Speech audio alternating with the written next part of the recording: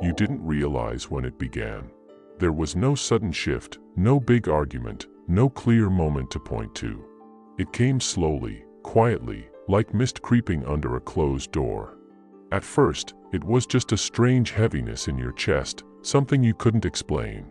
You went about your life as usual, but something felt different.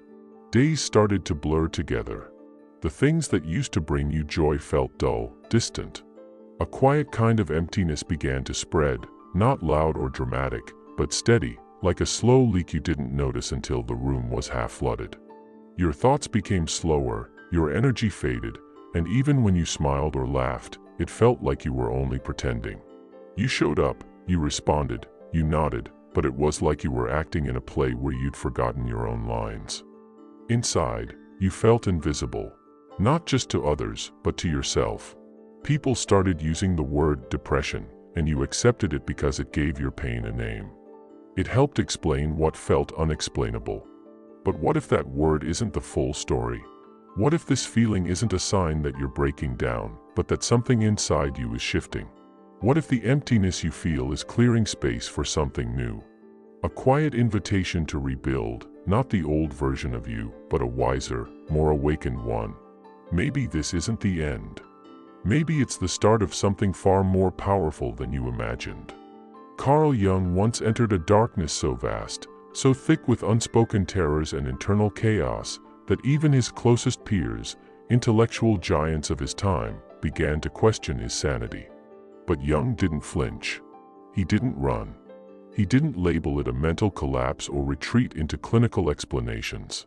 He called it something far more honest, far more dangerous, an encounter with the depths of the soul. For 6 relentless years, he surrendered the safety of his status, the comfort of his reputation, and the illusion of certainty that his theories once provided. He let go of being a respected psychologist and became a wandering seeker inside his own mind, willingly descending into the stormy abyss of the unconscious, the very place most people spend their lives avoiding.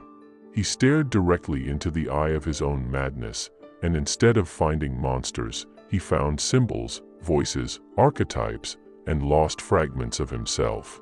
From that descent emerged the Red Book, a manuscript not born from intellect, but from inner fire, written in crimson ink, bursting with dreams, visions, and dialogues between his ego and the ancient forces hiding beneath the surface of waking life.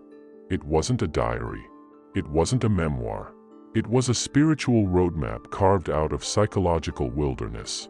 A sacred document so intimate and spiritually volatile that Jung himself refused to publish it while alive, fearing it would be misunderstood, or worse, dismissed.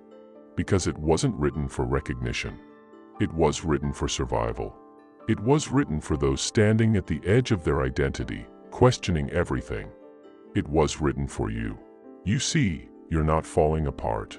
You're being invited in. You're not broken. You're being opened. Something ancient is calling you, not from outside, but from deep within, from the forgotten corridors of your psyche. If you've ever felt a sadness with no name, if you've ever stared into the night wondering what's wrong with you, if you've ever collapsed into tears without a reason you could explain, then you are not lost. You are on the same path Jung walked. The same path that turns agony into wisdom, confusion into clarity, and shadows into guides. This isn't therapy. This isn't motivational fluff. This is psychological war. This is inner alchemy. And the battlefield isn't out there, it's in you. Let me be brutally clear.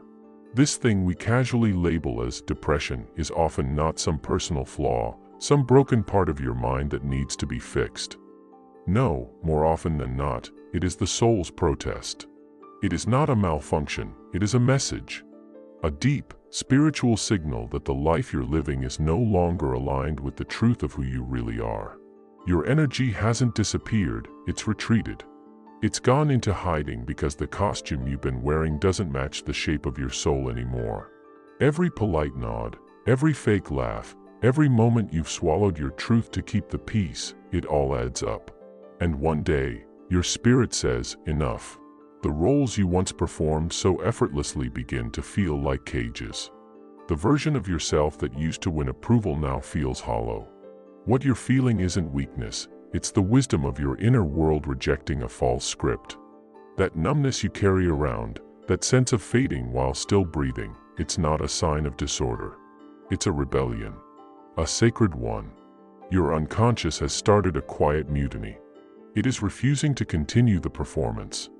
It is turning its back on the lies, the masks, the constant need to please and perform. It wants realness. Rawness. Something that doesn't require you to shrink. When Carl Jung walked into this same void, he didn't run to distractions. He didn't silence the ache with medication or drown the noise with surface pleasures. He didn't fear the descent, he followed it. He surrendered to the pull of the unknown, knowing that what waited there wasn't a monster, but a mirror. And in that mirror, he didn't see strangers. He saw versions of himself that had been exiled, cast into the dark because they didn't fit the polished identity he once clung to. These weren't hallucinations. They were forgotten truths, symbolic messengers from within, each demanding to be seen, heard, integrated. That's why the Red Book isn't some comforting tale of healing. It's a manual for inner confrontation. It doesn't soothe. It shatters. It doesn't wrap you in soft words, it tears down illusions. Because the path to awakening isn't padded with comfort. It's paved with fire. It's not for those who want relief. It's for those who want freedom. And freedom begins where denial ends. Let me ask you something, not just personal, but piercing. Soul-piercing. What if the emptiness you feel isn't a malfunction, but a message? What if the hollow ache gnawing at you isn't a cry for help, but a signal that the person you've been has expired? That the mask you wear each day, the competent one, the agreeable one, the strong one, is no longer a reflection of your inner truth, but a performance that's run its course. You might still wake up, still brush your teeth, still carry out your routines like clockwork, but somewhere beneath it all, the identity you've clung to has already withered. The job title that once gave you purpose now feels like a name tag you can't peel off. The relationship you maintain may feel more like a role in someone else's script than a genuine bond. And that carefully edited persona you present to the world, the one that laughs on cue, nods when it's expected, smiles just enough to be socially acceptable, that version of you is exhausted. Not just tired, spiritually drained. Because it has nothing left to give. It served its purpose. It got you this far. But now it's quietly dying. And your depression, it isn't a problem to fix. It's a funeral you haven't had the courage to attend. A mourning for the self you must finally let go of. Carl Jung may not have put it in these exact words, but his life, his breakdown, and his writings all whispered this sacred truth. When life breaks you, it's not always cruelty, it's often initiation. He saw suffering not as an enemy to escape but as a teacher, a rite of passage into a more authentic version of the self. He believed the soul didn't scream in sentences or argue with reason. It spoke in riddles, in myth, in mood swings, in images that haunted your dreams and moments of inexplicable sadness. The unconscious isn't bound by logic. It doesn't care about your schedule, your deadlines, or your social status. It cares about truth. It interrupts you with insomnia. It colors your world gray for no apparent reason. It floods your heart with grief when there's no visible cause. And when you try to outrun it, when you fill your hours with distractions, your hands with vices, your mind with affirmations that feel like lies, it doesn't vanish. It doesn't disappear just because you're busy. It waits. Silently. Patiently. Watching you wear a life that no longer fits, until one day, you're cracked open enough, shattered just enough, for the voice beneath all voices to finally reach you. The soul doesn't raise its voice. It deepens the silence until you have no choice but to listen. This is what the Red Book teaches with unapologetic intensity, that descent is not your downfall, but your doorway. That what feels like collapse is often the very initiation the soul has been craving. That the darkness swallowing you whole isn't a curse, it's an invitation. A sacred spiral inward. The beginning of an inner pilgrimage where your illusions are stripped, your masks are burned, and only what is real remains. And here's the brutal truth that few are willing to admit: no one becomes whole without first being broken. not cracked, completely undone. Torn from comfort, stripped of identity, and left with nothing but the raw, unfiltered chaos of the self. That's why your sorrow feels older than your body. Why your grief moves through you like it's been waiting lifetimes for you to feel it. This isn't a sadness you can talk away or journal through. It's not a temporary dip or a low mood. It's existential. It's archetypal. It's the soul screaming through the fabric of your ordinary life, begging to be heard. You're not missing a chemical. You're missing contact with your own being. Your ache is not rooted in biology alone, it's rooted in meaninglessness. The painful awareness that the life you've built may be void of soul. And here's where it gets dangerous. If you misread this moment, if you let society, well-meaning friends, or even professionals convince you that your despair is purely a malfunction, you might end up silencing the very voice that was trying to save you. You might medicate away the inner signals meant to guide you back to your essence. That's not an attack on medication. Sometimes it's absolutely needed to keep someone afloat while they navigate the storm. But don't mistake the lifeboat for the destination.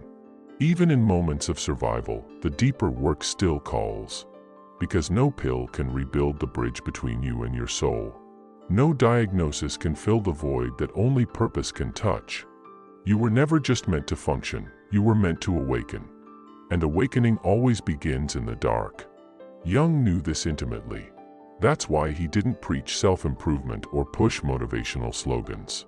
He didn't talk about climbing ladders of success or chasing artificial happiness. He pointed toward something far more radical. He called it individuation, not a weekend workshop, not a mindset hack, but a lifelong pilgrimage into the truth of who you are, beneath the roles, beneath the noise, beneath everything the world told you to become. Individuation is not about adding layers, it's about peeling them away. It's the courageous act of reclaiming every fragment of yourself you abandoned to survive. It means owning the rage you've been taught to tame, the grief you were never allowed to express, the impulses you buried to appear good. It means looking in the mirror and seeing not just your strengths, but your wounds, your contradictions, your shadows, and refusing to look away. It's not a clean process. It's brutal. It's sacred. It's terrifying. Because to individuate is to step into your own personal underworld with no map, no guarantee, and no applause. It's willingly walking into the places in yourself you swore you'd never go back to, the heartbreak, the betrayal, the shame, the hunger for something more. And when you arrive there, there is no quick fix. There is only fire.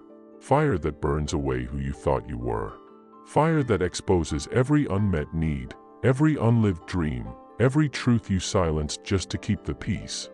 Most people can't take that heat. That's where they retreat. They numb it. Avoid it. Repackage it into productivity or spirituality that's all glitter and no grit. But if you can endure it, if you can stay in the storm without abandoning yourself, you will begin to see what Jung saw, that beneath the rubble of your false self lies something indestructible. Something no trauma can erase and no failure can touch. A core so radiant, so sovereign, that it doesn't need permission to exist. And from that core, a new life begins, not one based on performance or approval, but one rooted in deep, inner alignment. That's not inspiration. That's transformation. And that light, it's not somewhere out there. It's you. The real you. The one that existed before the world taught you who to be. The you beneath the masks you've worn for so long, you almost forgot they weren't your skin. The you that doesn't need to impress, convince, or entertain. The raw, unedited self that simply is. But here's the paradox you must face with courage. To find that version of yourself, you must first let the illusion of you collapse. The version constructed from survival instincts, from years of tiptoeing around rejection, from absorbing shame that was never yours to carry. The version shaped by applause, approval, and the desperate need to belong, even if it meant betraying your own soul in the process. That false self, the one made of performance and protection, it's been useful. It helped you navigate chaos. It helped you adapt in places where your truth wasn't welcome. It kept you alive when being fully seen felt dangerous. But now it's turning into a cage. a suffocating echo chamber of what you used to need. And that pressure in your chest, that ache that won't go away no matter how much you distract, numb, or succeed, that's not weakness. That's your soul trying to breathe through the cracks of your false identity. That's your inner life begging for honesty. So let yourself shatter. Let it all fall apart, the personas, the perfection, the people-pleasing. Let it crash like waves against stone, because only in the collapse can the truth rise. And when it does, it won't be neat. It won't be manicured. It won't always make sense to others, but it will be yours. Authentically, defiantly yours. Not the version of you they accepted. The version you finally accept. And if no one's ever told you this before, let me say it loud, your pain is not a flaw. It's a threshold, a sacred reckoning. Your sorrow isn't something to be fixed, it's something to be felt, honored, and understood. Because you're not broken, no matter how heavy it feels. You're being broken open. Rebuilt not into what the world wants, but into what your soul demands. The Red Book was never designed for the masses. It wasn't written to soothe or to sell. It was written for the ones who dare to unravel. For the rare few who are willing to strip away the life they've been told to live in order to discover the one that was buried beneath expectation, trauma, and noise. It's a dangerous book, not because it harms, but because it confronts. Because it whispers the kind of truths that can't be unlearned. It doesn't offer solutions, it offers a mirror. And not everyone is brave enough to look. But if you're still here, still watching, still listening, then maybe you're not like most people. Maybe something inside you recognizes this language. Maybe you felt the pull of something deeper your whole life but never had the words for it. Maybe this ache inside you isn't confusion, it's a calling. A sacred invitation to return to yourself. So the next time that emptiness returns, and it will, don't run from it. Don't scroll past it, mute it, or medicate it without listening first. That emptiness isn't your enemy. It's a doorway. It's your soul's quiet cry for realignment. Let it speak. Let it pull you inward like the tide pulling ships home. Let it undo you, because sometimes being undone is the only way to be made whole. This isn't your collapse. It's your emergence. You're not losing your mind, you're shedding the illusion.